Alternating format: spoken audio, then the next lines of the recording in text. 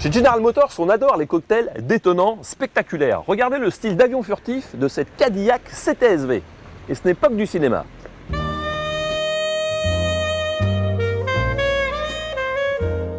Face à elle, les objectifs se hérissent et les flashs crépitent.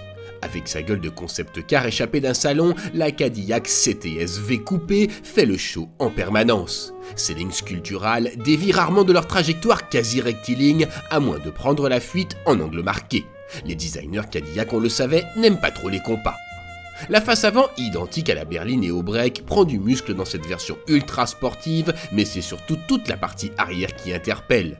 Véritablement unique en son genre, cette poupe s'avère digne d'un vaisseau spatial, grosse tuyère comprise.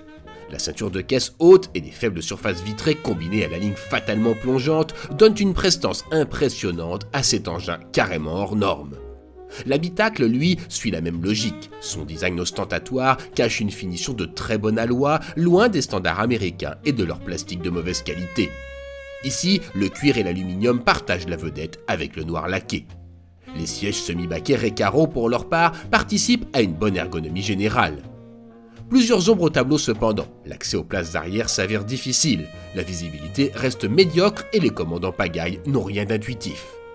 Cette CTS-V coupé assume donc a priori son côté bourgeois, mais à travers cette version V, Cadillac a tout simplement décidé de la transformer en véritable dragster.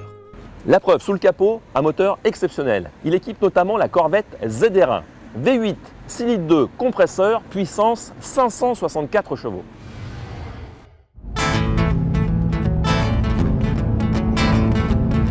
Cette force titanesque, comparable à celle délivrée par les Lamborghini Gallardo LP564, Nissan GT-R ou Ferrari 458 Italia, excusez du peu, en font un cas d'espèce dans la sphère des coupés relativement compacts.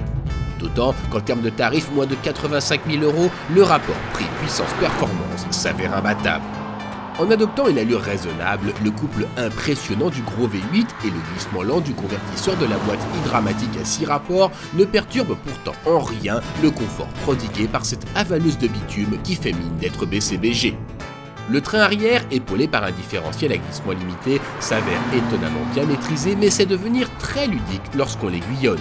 Le 0 à 100 km/h est annoncé en 4 secondes, alors mieux vaut se cramponner en volant. Cette Cadillac, c'est une américaine un petit peu à l'ancienne, un châssis à l'ancienne, un moteur à l'ancienne, une boîte automatique à l'ancienne, bref, c'est une vraie voiture d'homme, comme on dit vulgairement. Et c'est surtout des sensations en pagaille, quand le compresseur souffle dans les bronches du V8, toute la puissance déferle.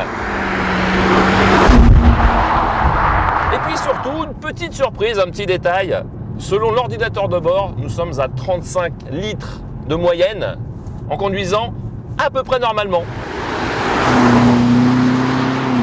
Si l'on signe un pacte avec la CTS-V coupé, il faudra accepter de lui donner de temps à autre sa pleine mesure.